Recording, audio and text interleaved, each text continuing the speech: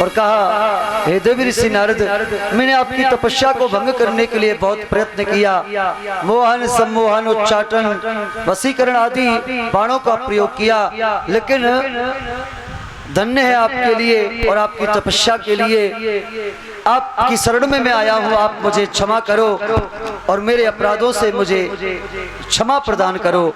ध्यान दीजिए, उस समय देव ऋषि नारद को क्रोध जरा भी नहीं हुआ और बोल दिया, ठीक है कामदेव, मैंने तुम्हें क्षमा किया। तो ध्यान दीजिए, आज नारद ने एक काम को तो जीत ही लिया, लेकिन एक क्रोध को भी जीत लिया। और आज देव ऋषि नारद हरि गुण गाते हुए कैलाश पर्वत पर गए, जाकर के भोलेनाथ को प्रणाम किया। भोलेनाथ ने पूछा, देव ऋषि नारद, बहुत समय के बाद भ्रमण करते हुए आज कैलाश पर्वत पर पधारे हो, आजकल कहाँ रहते हो?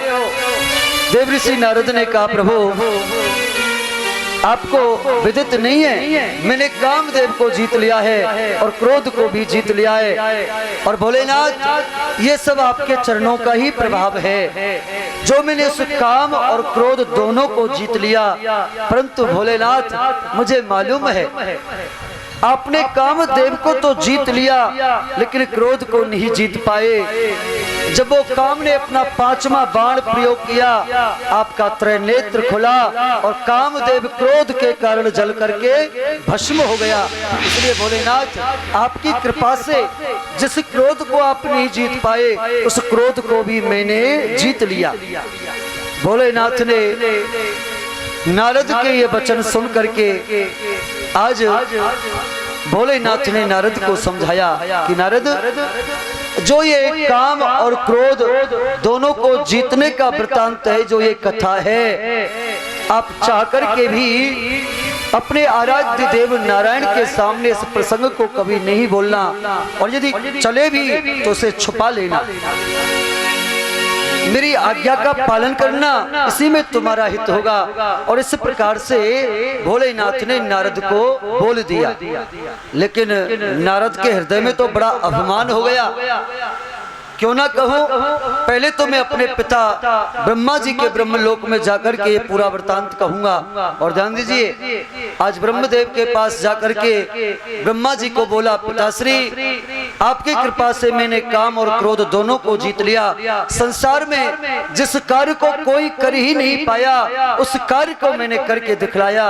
अरे मैं आपका पुत्र हूँ। लेकिन ब्रह्मा ने जब देखा कि नारद अभिमान के अधीन हो चला है, तब ब्रह्मा ने भी समझाया कि नारद, जो वचन भोलेनाथ ने तुमसे कहे हैं, उन वचनों को स्मरण रखो।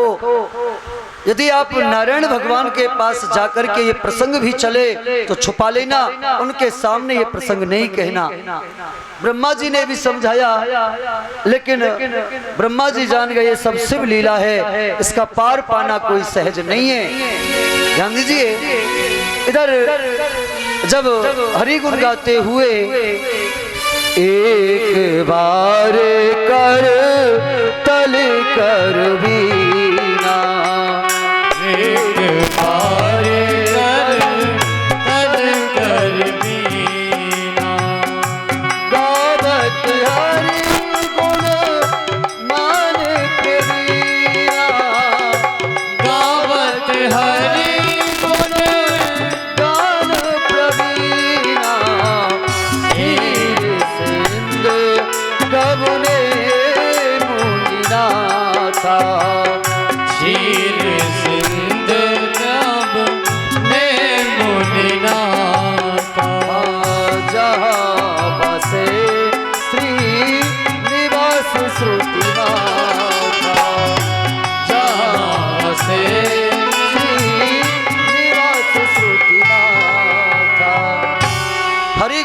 हुए वीणा को बजाते हुए देव ऋषि नारद क्षीर सागर में पधारे, जहाँ पर स्वयं नारायण भगवान शेष नाग पर पौड़ करके माँ लक्ष्मी जिनकी चरण सेवा कर रही थी।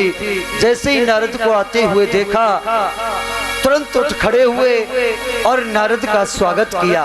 और ध्यान दीजिए, नारायण के परम भक्त देव ऋषि नारद हैं। आज नारद को अपने पास में बिठा करके और पूछने लगे, बहुत दिन के बाद पधारे हो, कहो कहां से आगमन हो रहा है।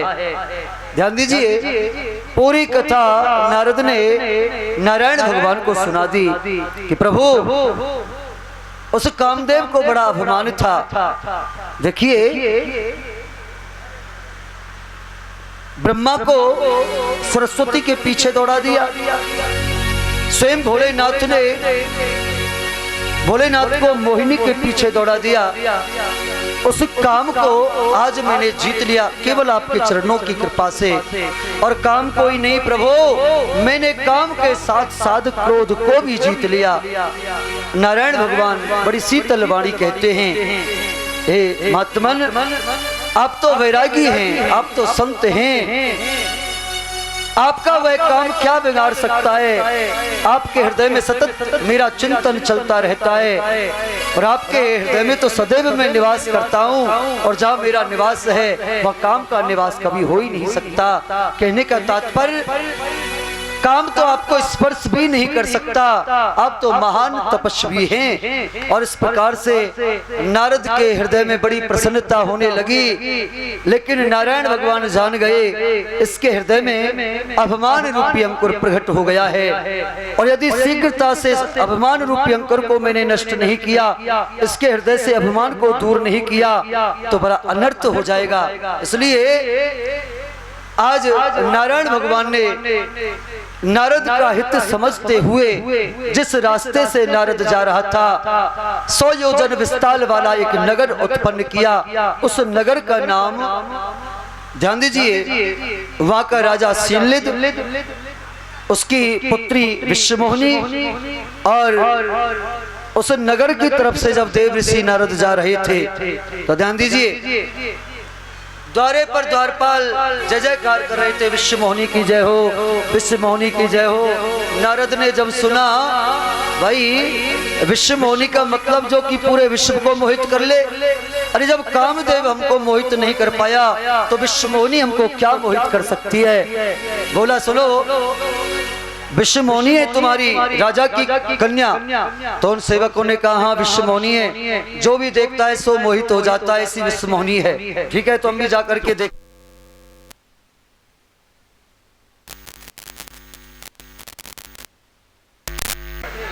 अब देव ऋषि नारद पहुंच गए। शीलनिध ने देखा, अपनी पुत्री को बुलाया, विश्वमोहिनी को प्रणाम कराया। उसी समय हाथ जोड़ करके शीलनिध ने कहा, हे ब्राह्मण, देव ऋषि नारद, ब्रह्मपुत्र नारद, ये जो मेरी कन्या है इसका स्वयंवर चल रहा है, इसके योग जो इसको वर प्राप्त होगा, जरा उसके लक्षण आप हमें बतलाएं, और जो मेरी कन्या है इसके भी लक्षण आप मुझे वर्णित करके सुनाएं। तब देव ऋषि नारद ने पहले तो विश्वमोहिनी के स्वरूप को देखते ही मोहित हो गया कि प्रभु की माया से पार पाना हर किसी के बस की बात नहीं है। देव, नाग, ऋषि, मनुष्य माया विवश बेचारे सब माया के विवश हैं। अरे मानव की तो चले क्या, देवता तलक माया के विवश हैं। कहने का भाव, जब हस्तरेखा को देखा तो ऐसा दृष्टि गोचर हुआ, जो इसे बरे अमर सो हुई, जो इसके साथ विवाह करेगा वह अमर हो जाएगा। समर भूमि जीते नहीं कोई, इसको समर भूमि में भी कोई जीत नहीं पाएगा। इस प्रकार से जब हस्तरेखाओं को देखा तो नारद के मन में ये भाव हुआ, क्यों ना इस कन्या से विवाह हो जाएगा तो मुझे त्रिलोक में कोई जीत नहीं पाएगा, मैं अजर अमर अभय हो जाऊंगा। तो ध्यान दीजिए, काम और क्रोध को तो मैंने जीत लिया, लेकिन ये कन्या मुझे प्राप्त हो जाए तो मेरे सब मनोरथ पूरे हो जाएंगे। अब नारद अपना वो ध्यान व्यान तो भूल गया, वो भजन करना तो भूल गया, विश्वमोहिनी विश्वमोहिनी मन मन में रटने लगा, ये बाला मुझे कैसे मिले। ध्यान दीजिए, राजा ने कहा, देखिए स्वयंवर का प्रारंभ होने वाला है, आप शीघ्रता से इस कन्या के लक्षणों को वर्णित करके कहो। तो नारद ने 2-4 बात बतला दी। कहा कि राजन ये साक्षात लक्ष्मी है, और झूठ भी नहीं बोले नारद, क्योंकि प्रभु ने माया को तो आज्ञा दी और माया ही तो लक्ष्मी है। बोलो राधे राधे। कहने का भाव, आज देव ऋषि नारद वहां से तुरंत खड़े हुए और नगर से, श्रीनगर से बाहर आए। ध्यान दीजिए, मन में विचार करते किस प्रकार से ये विश्वमोहिनी मुझे प्राप्त होगी। ये मेरा स्वरूप, बड़ी बड़ी जटाएं हैं, माथे पर तिलक लगा है, बड़ी बड़ी डाली है, अब मुझे देख करके ये वर रूप में ग्रहण तो करेगी नहीं। इसलिए स्त्री जाति सुंदरता पर मुग्ध होती है। यदि नारायण भगवान की सुंदरता मुझे प्राप्त हो जाए, मेरे परमात्मा विष्णु की सुंदरता मुझे प्राप्त हो जाए, तो देखते ही ये विश्वमोहिनी मेरा वर्ण कर लेगी, और वर्ण करते ही मेरे सब मनोरथ पूरे हो जाएंगे। लेकिन नारायण तो क्षीर सागर में ही जाने में बड़ा विलंब लगेगा। अब मैं क्षीर सागर जाऊंगा और कहीं कन्या ने किसी को वर को वर्ण कर लिया, तो मेरा ये जो मेरा भाव है, ये सब धरा की धरा रह जाएगा। इसलिए नारायण भगवान को स्मरण करना चाहिए। और ध्यान दीजिए, प्रभु की माया से पार पाना कोई सहज नहीं है। आज नारद काम के प्रभाव में बहने लगा, और बड़े बड़े ऋषि महर्षि सब माया के विवश हो जाते हैं। लघुमा सिद्ध प्रसिद्धि, इन अष्ट सिद्धियों के चक्कर में आकर के बड़े बड़े महान ऋषि जो अखंड तप करते हैं, वो भी समाधि से छूट जाते हैं, छुत हो जाते हैं। इसलिए कहा है, ये माया तेरी बहुत कठिन है रक्त मांस हड्डी के ढेर पर मढ़ा हुआ है चाँद। रक्त मांस हड्डी के ढेर पर मढ़ा हुआ है चाँद। देख उसी की सुंदरता, देख उसी की सुंदरता, हो जाती नींद हराम। ये माया तेरी बहुत कठिन है, ये माया तेरी बहुत कठिन है, ये माया तेरी बहुत कठिन है, बहुत कठिन है राम, बहुत कठिन है राम। ये माया तेरी बहुत कठिन है राम, ये माया तेरी बहुत कठिन है राम।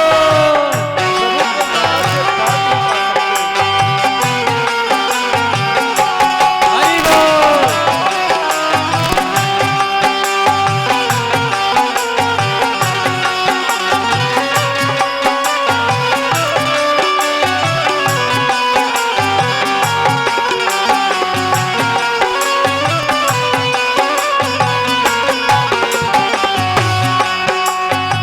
रक्त मांस हड्डी के ढेर पर मढ़ा हुआ है चाँद। रक्त मांस हड्डी के ढेर पर बड़ा हुआ है चाँद। रक्त मांस हड्डी के ढेर पर मढ़ा हुआ है चाँद। रक्त मांस हड्डी के ढेर पर बड़ा हुआ है चाँद। देख उसी की सुंदरता, देख उसी की सुंदरता, हो जाती नींद हराम। ये माया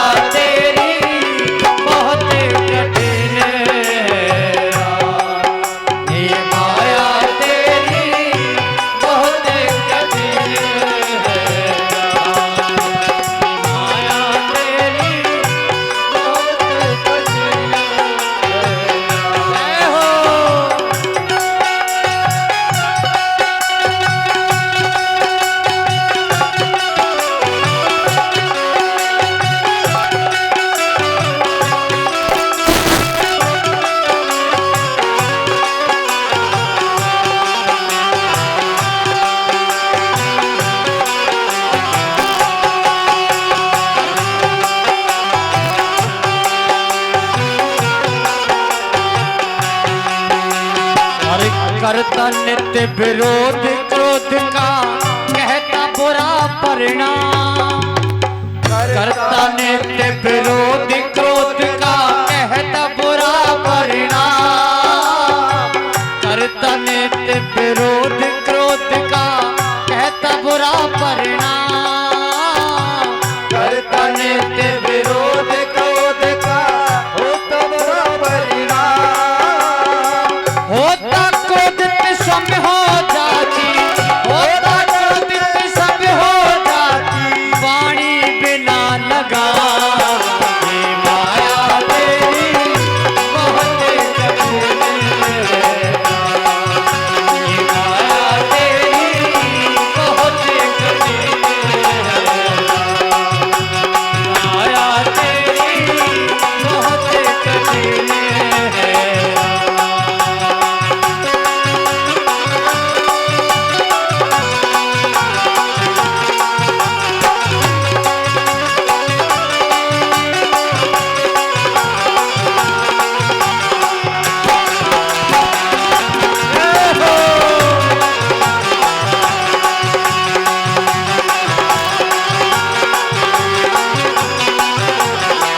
और बताया मृत्यु देखता है औरों की, हाय मृत्यु देखता है औरों की रोज सवेरे शाम। मृत्यु देखता है औरों की रोज सुबह और शाम। मृत्यु देखता है औरों की रोज सवेरे शाम। मृत्यु देखता है औरों की रोज सुबह और शाम। और भवन बनाता है ऐसे, भवन बनाता है ऐसे, जैसे हरदम यही मुकाम। ये माया तेरी बहुत कठिन है, ये माया तेरी बहुत कठिन है, ओ बहुत कठिन है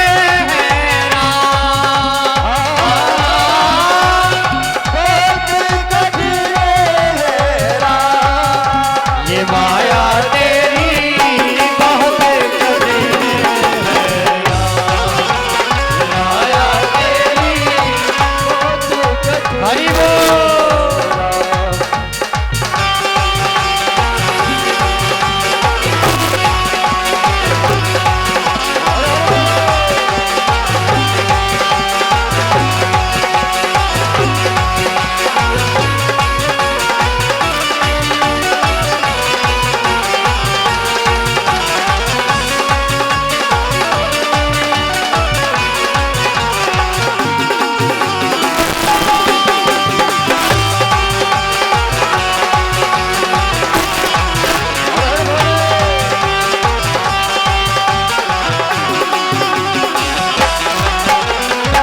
राजेश्वर प्रभु तुम मायापति करना निधि है नाम। राजेश्वर प्रभु तुम मायापति करना निधि है नाम। राजेश्वर तुम मायापति मायापति है नाम। राजेश्वर प्रभु तुम मायापति करना निधि है नाम। नाथ निवारो अपनी माया, नाथ निवारो अपनी माया, नाथ निवारो अपनी माया, नाथ निवारो अपनी माया, जीव ले विश्राम। माया तेरी बहुत कठिन है, बहुत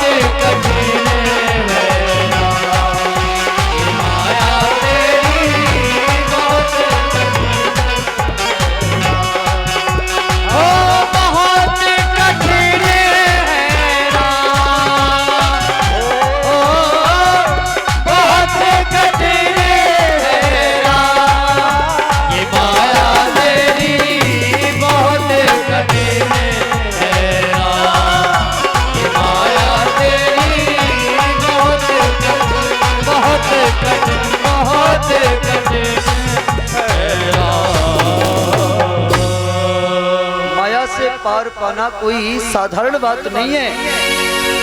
बड़े बड़े ऋषि महर्षि अनुमा महिमा लघुमा सिद्ध प्रसिद्धि इन रिद्धियों में उलझ कर के ही रह जाते हैं। आज देव ऋषि नारद भी उलझ गए। ध्यान दीजिए, जिस कामदेव को नारद ने जीत लिया, आज प्रभु के माया स्वरूप ने नारद को अपनी माया में ही उलझा लिया। नारायण भगवान को याद करने लगे, नारायण भगवान प्रकट हो गए। बोलो नारायण भगवान की। ध्यान दीजिए, इधर नारायण ने कहा, देव ऋषि नारद, अभी अभी तो क्षीर सागर से आप मेरा दर्शन करके ही आए थे। ऐसा कौन सा काम पड़ गया जो इतना शीघ्र पूर्वक आपने मुझे बुलाया? कहिए किस लिए बुलाया है? नारद जी बोले, प्रभु आप अंतर्यामी है, घट घट वासी सब जानते हैं। अब प्रभु जब मैं कैलाश पर्वत पर जाता हूँ तो भोलेनाथ जी के पास में माता पार्वती हैं, और आपके दर्शन करने आता हूँ तो माता लक्ष्मी है। अब नारद को भी नारदानी मिल जाए तो बहुत अच्छी बात हो। नारायण ने कहा, तो क्या नारद तुम विवाह करना चाहते हो? प्रभु यदि आपकी कृपा हो जाए तो, आपका यदि सुंदर रूप मिल जाए तो मैं विवाह कर लेता हूँ। आज नारायण भगवान ने कहा, ठीक है, यदि आपको सुंदर बनना है तो चलो उस बिटप नीचे में तुम्हें सुंदर बनाता हूँ। हरि रूप तुम्हें चाहिए तो हरि में तुम्हें बनाता हूँ। और ध्यान दीजिए, हरि शब्द के कई एक भाव अर्थ हैं। हरि एक बंदर को कहते हैं, हरि चंद्रमा को कहते हैं, हरि शेर को कहते हैं, हरि तो प्रभु को भी कहते हैं। बोलो राधे राधे।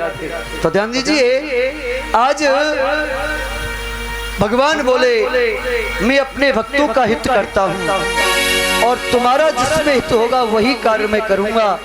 और प्रभु ने आज तन तो बड़ा सुंदर दिया, लेकिन मुख बंदर की आकृति का बना दिया। और ध्यान दीजिए, देव ऋषि नारद स्वयंवर में शीघ्रता से पहुंच गए, और जहां से विश्व मोहिनी प्रवेश करती उस स्वयंवर में पहली पंक्ति में और पहली कुर्सी पर जाकर के बैठ गए। बोलो राधे राधे। पहले ही सिंहासन पर, क्योंकि विश्व मोहिनी आएगी, इस मेरे सुंदर हरि रूप को निहारेगी और जयमाला तो मेरे ही गले में डालेगी। फिर अन्य जो राजा बैठे वहां जाने के बाद बड़ा समय जाएगा, इसलिए जो समय के बाद काम होगा क्यों ना उसको पहले ही पूर्ण कर लिया जाए। तो इसलिए आगे की पंक्ति में पहले बैठ गए। अब जैसे ही विश्व मोहिनी जयमाला लेकर के आई, इधर भगवान भोलेनाथ के दो गण वो कहते हैं, देखिए नारद के भाव को वो जान गए। ये बात केवल स्वयंवर में 3 लोगों ने जानी।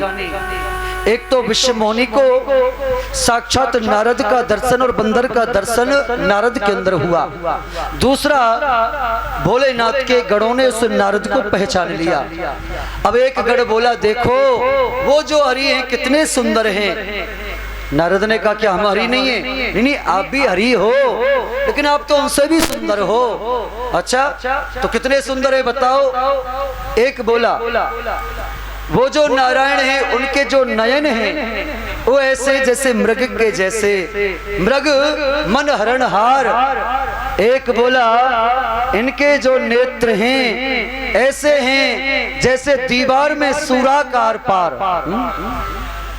एक बोला, उनके जो दंतावली है जैसे दाने अनार के।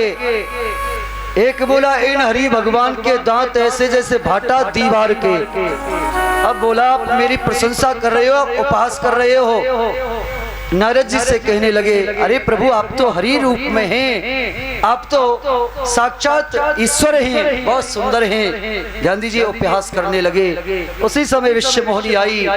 अब जैसे ही देव ऋषि नारद को बंदर बना देखा, वहीं से क्रोध में भर करके एक बार भी दोबारा उस पंक्ति में नहीं आई। और उसी समय पंक्ति के अंत में स्वयं नारायण भगवान आए, दर्शन हुआ।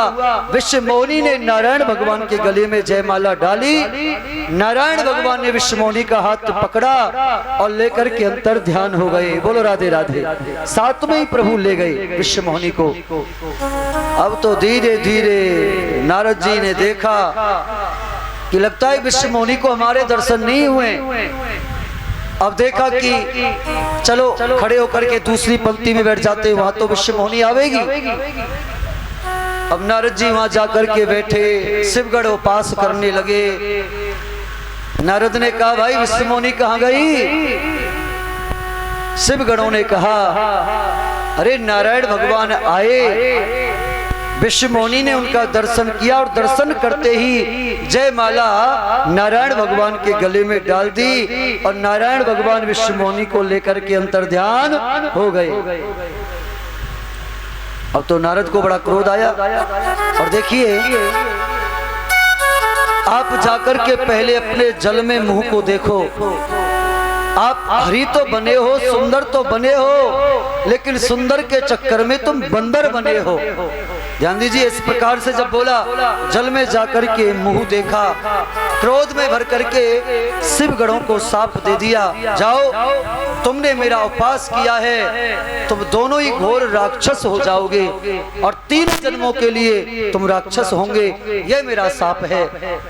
आज मन में क्रोध आया और विचार किया, मैं नारायण भगवान को भी आज अवश्य शाप दूंगा, क्योंकि परम स्वतंत्र सिर पे ना कोई, जो मन में आता है वही कर देते हैं। अरे मैं जानता हूँ वो जन्म का कपटी है। यदि नारायण चाहता तो मेरा विवाह हो जाता, लेकिन वो चाहता कब है? कहने का भाव, मथा जब सिंधु को तो उसमें से अमृत निकला, देवताओं को पिला दिया, विष निकला, भोलेनाथ को पिला दिया। लक्ष्मी प्रकट हुई तो स्वयं ले लिया, लक्ष्मी को ग्रहण कर लिया। कौस्तभ मणि प्रकट हुई, कंठ में धारण किया। मैं जानता हूँ जन्म का छलिया है, परंतु आज उसका नारद से पाला पड़ा है।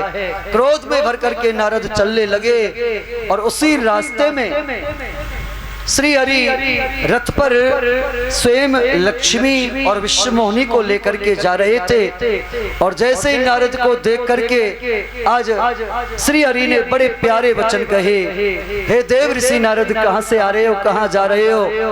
नारद ने जो नारायण भगवान को देखा, क्रोध में भर गए और बोल दिया, आज मैं तुम्हें शाप दूंगा। सुनो, जिस प्रकार से आपने मुझे विश्व मोहिनी के लिए तड़पाया है, एक दिन वह आएगा, तुम भी नारी के ब्रह में तड़पोगे, तुम्हें मानव का रूप धारण करना होगा। ये मेरा पहला शाप है।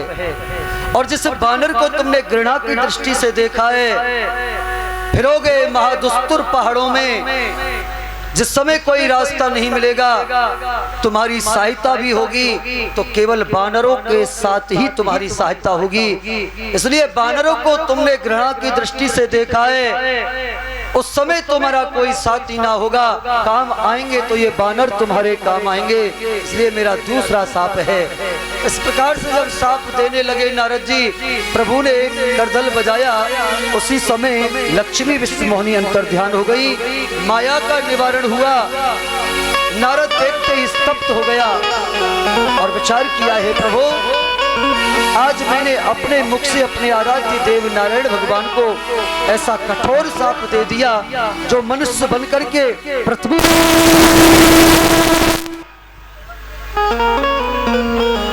इनको पृथ्वी पर रहना होगा।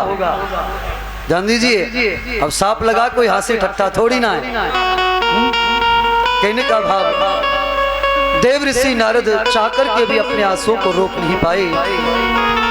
आज नारायण भगवान ने उठा करके नारद को अपने हृदय से लगाया। और ध्यान दीजिए,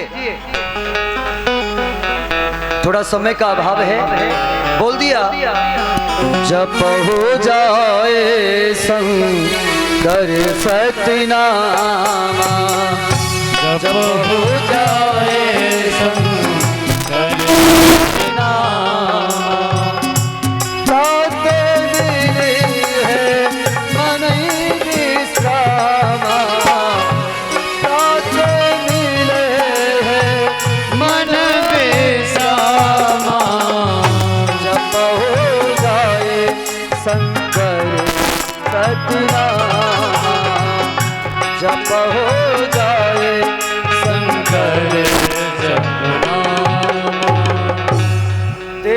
नारद भक्त हैं नारायण के, लेकिन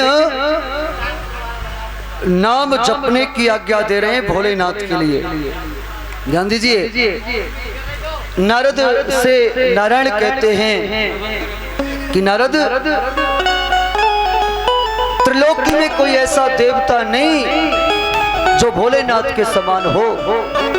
तू मेरा भक्त है, तू मेरा प्रिय है, इसलिए मेरा आदेश है तुम जाकर के मृत्यु लोक में विश्वनाथ के काशी में दर्शन करो और अपने पिता ब्रह्मा से शिव तत्व को जानो। कहने का भाव, भोलेनाथ की उपासना करो। भक्त है नारद हरि का, लेकिन भक्ति बतला रहे हैं भोलेनाथ की। ध्यान दीजिए, नारायण भगवान ने कहा कि नारद, जितना प्रिय संसार में तू मुझे है, इतना प्रिय मुझे लक्ष्मी भी नहीं है, इसलिए तू मेरा भक्त है। तो आज ध्यान दे करके सुन, मैं तुम्हें सुनाता हूँ। माथे पर त्रिपंड होना चाहिए, गले में रुद्राक्ष की माला होनी चाहिए, मुख पर शिव नाम होना चाहिए। जाकर के मृत्यु लोक का भ्रमण करो, विश्वनाथ के दर्शन करो और वहां जाकर के भोलेनाथ की स्थापना करो, उनकी अर्चना करो, बंधन करो, पूजा करो। तुम्हारे हृदय में जो ये व्यथाएं सदा के लिए दूर हो जाएगी। ध्यान दीजिए, नारद भक्त हैं नारायण के, लेकिन नारायण ने भक्ति बतलाई भोलेनाथ की। बोलो शंकर भगवान की जय हो। ध्यान दीजिए, भोलेनाथ कोई साधारण से देव नहीं है। अब मृत्यु लोक में तो मृत्यु लोक के देवता तो केवल शंकर भगवान हैं। ध्यान दीजिए, मृत्यु भी यहाँ आती है ना, तो पहले भोलेनाथ से पूछती है, तब जाकर के जीव को लेकर के जाती है कि जो मेरा भजन नहीं करता है, जो मेरा चिंतन नहीं करता, बस उसी को लेके जाना। और जिस समय भजन करता है, जिस समय मेरे चिंतन में हो, तो यमदूतों की भी सामर्थ्यता नहीं जो उसकी तरफ देख भी सके। ये सत्यता इस मृत्यु लोक का कोई देवता है तो वह केवल देवादिदेव महादेव है। अरे मृत्यु लोक का ही नहीं, बल्कि तीनों लोक सभी देवी देवताओं का जो मुख्य देवता है अनादि काल से, वह केवल और केवल भोलेनाथ है। बोलो शंकर भगवान की। एक बात हम आपको बोले, देखिए ये बाबा का दरबार है, गिरधारी दास बाबा का दरबार, या बाबा का दरबार। सही बोले, यहाँ समय का तो मालूम ही नहीं पड़ता। हम लोग यहाँ पर ठीक 12 बजे के बैठे, 3 बजे तक की कथा का यहाँ पर 12 से 3 कथा आप लोग श्रवण करते हैं। लेकिन कुछ माताओं का थोड़ा कहना था कि पंडित जी आपको तो बहुत देर बैठने की आदत है। अब कुछ माताएं बेचारी ऐसी होती, वो नहीं बैठ पाती, बुजुर्ग माताएं। मैं आपको सही बोलूं, हम बहुत जगह कथा करने जाते हैं, बहुत जगह हम लोग। धीरे बोलो ना, शांति बनाओ, कथा है रही है।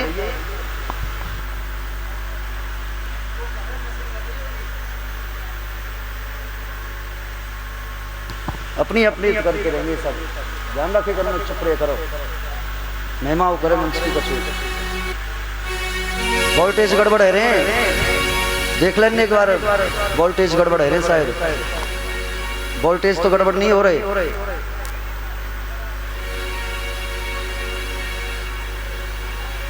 आइए आप खड़े होकर के भोलेनाथ की आरती करेंगे और हमारे भैया प्रसाद की भी व्यवस्था करेंगे, क्योंकि आरती लेते लेते आपको 4 बज ही जाते हैं और कल से आप विस्तार से कथा श्रवण करेंगे। ध्यान दीजिए,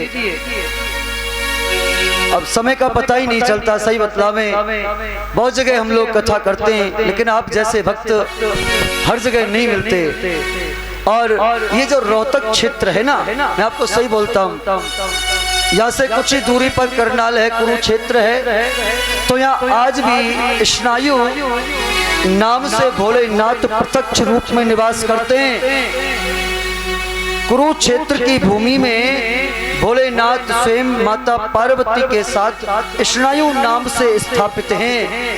और जो जाकर के उन भोलेनाथ का दर्शन भी कर लेता है ना, ये कुरुक्षेत्र की भूमि में, सही बोलता हूँ, जीवन मुक्त हो जाता है। इसे भूमि का भी बड़ा वर्णन है। और स्वयं यहाँ भगवान श्री कृष्ण ने भी बोला है कि जो इस भूमि में रह करके प्रभु का एक नाम भी जपेगा उसको कभी यम द्वार नहीं जाना पड़ेगा।